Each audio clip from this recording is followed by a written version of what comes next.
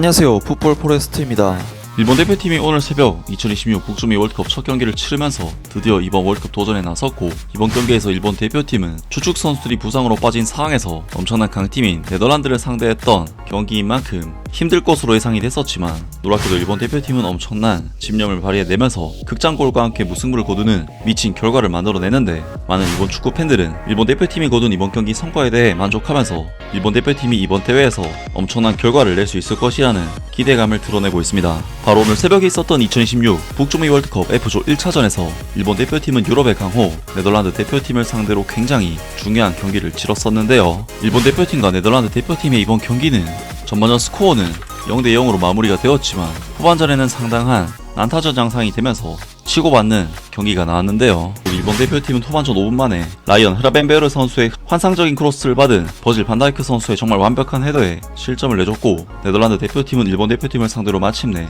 마수고리 골을 터뜨리면서 경기 리드를 잡아내는 데 성공했습니다. 하지만 놀랍게도 일본 대표팀은 57분 쿠보 선수의 컵백 패스를 받은 나카무라 케이토 선수가 과감하게 슈팅을 시도했는데, 이것이 정말 기가 막히게 낮게 깔려 들어가면서 일본 대표팀은 자칫 무너질 수도 있었던 상황에서 빠르게 동점골을 터뜨리는 놀라운 집중력을 발휘해냈습니다. 하지만 일본 대표팀은 다시 7분 만에 오른쪽 측면에서 서머빌 선수에게 돌파 후 슈팅을 내준 것이 그대로 골문 안으로 들어가면서 이번 경기는 다시금 네덜란드 대표팀이 2대1로 앞서가는 굉장히 정신없는 양상으로 경기가 진행이 됐고, 일본으로서는 다시 패배 위기에 놓이게 되는데요. 하지만 놀랍게도 일본 대표팀은 경기 종료 2분 전인 88분 교체 투입된 오가와 코키 선수가 극장 동점골을 터뜨렸고, 네덜란드 대표팀을 상대로 극적인 무승부를 만들어내는 그야말로 미친 결과를 만들어냈습니다. 그리고 이번 경기 결과를 통해 아시아에서는 유럽을 상대로 무패를 이어가는 결과를 만들어냈는데요.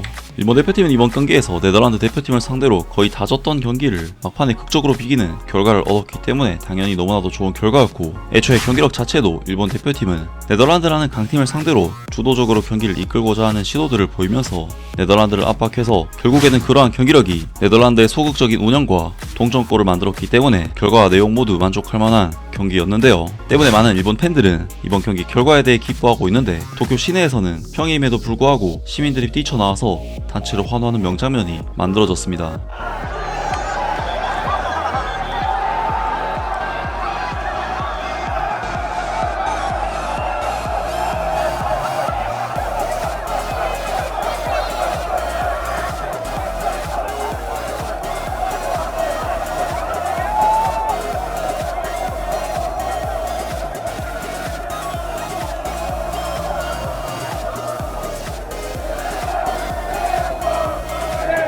저도 얼마 전에 도쿄에 갔다 왔고 시부야도 다녀왔었기 때문에 분위기가 정말 익숙하고 일본 시민들의 기쁜 마음이 이해가 되는데요.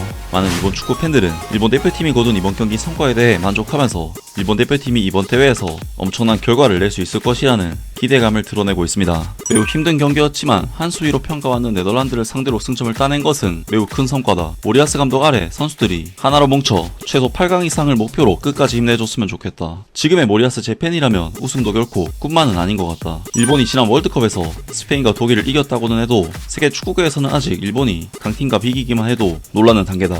진정으로 인정받으려면 결국 8강, 나아가 4강에 오르는 성과를 보여줘야 한다고 생각한다. 뭐랄까, 일본은 월드컵에서 어떻게 싸워야 하는지를 이제 확실히 터득한 것 같은 경기였다. 앞서고 있는 팀이 느끼는 압박감을 활용하면 반드시 기회가 찾아온다는 것을 보여줬다. 경기 운영의 침착함이 예전과는 비교가 안 될 정도다. 지금까지는 16강에서 멈췄지만 그동안 쌓아온 경험이 분명히 선수들의 피와 살이 되어 팀에 녹아들고 있다는 느낌을 받는다. 강팀이 일본을 얕보지 않는 상황에서 선제골을 내주고 따라잡고 다시 역전당한 뒤 또다시 따라잡는 경기를 월드컵에서 해낼 수 있다니 정말 대단하다. 선수들의 개인 능력도 훌륭하지만 팀 전체가 하나의 목표를 향해 의사를 통일하고 그것을 실제 경기장에서 실행할 수 있는 힘이 생겼다는 느낌을 받았다. 이 정도면 충분히 이번 대회에 다크호스가 될 수 있는 팀이다. 옐로카드는 네덜란드가 3장인 반면 일본은 한 장도 없었다. 공격을 많이 허용하면서도 얼마나 깨끗하고 공정하게 수비했는지를 알 수 있는 부분이다.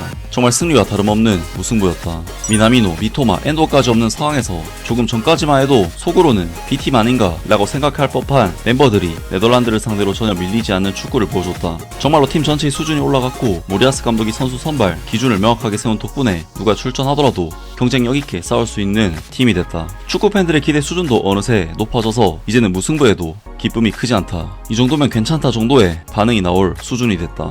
그만큼 지난 4년 동안 쌓아 올린 것들이 너무나도 크다고 느낀다. 실력 차이도 있었고 첫 경기라 일본 선수들도 다소 경직된 모습도 있어서 완전히 질 것 같은 분위기였지만 전반을 잘 버텨냈다. 선제골을 허용한 뒤에도 따라잡았고 다시 역전 당했을 때도 비장하거나 절망하는 분위기는 없었다. 그동안 강호들을 상대로 승리를 거둬온 경험이 자신감으로 이어지고 있는 거겠지. 정말 훌륭하다. 네덜란드를 상대로 2번이나 먼저 실점하고도 2번 모두 따라잡다니 이번 경기는 일본이 정말 강해졌다는 것을 다시 한번 실감하게 해준 경기였다. 다음 티니지전은 꼭 이기자. 아시아의 약지였던 일본이 이제는 유럽의 강호와 진검승부를 벌여 비길 수 있는 수준까지 올라왔다.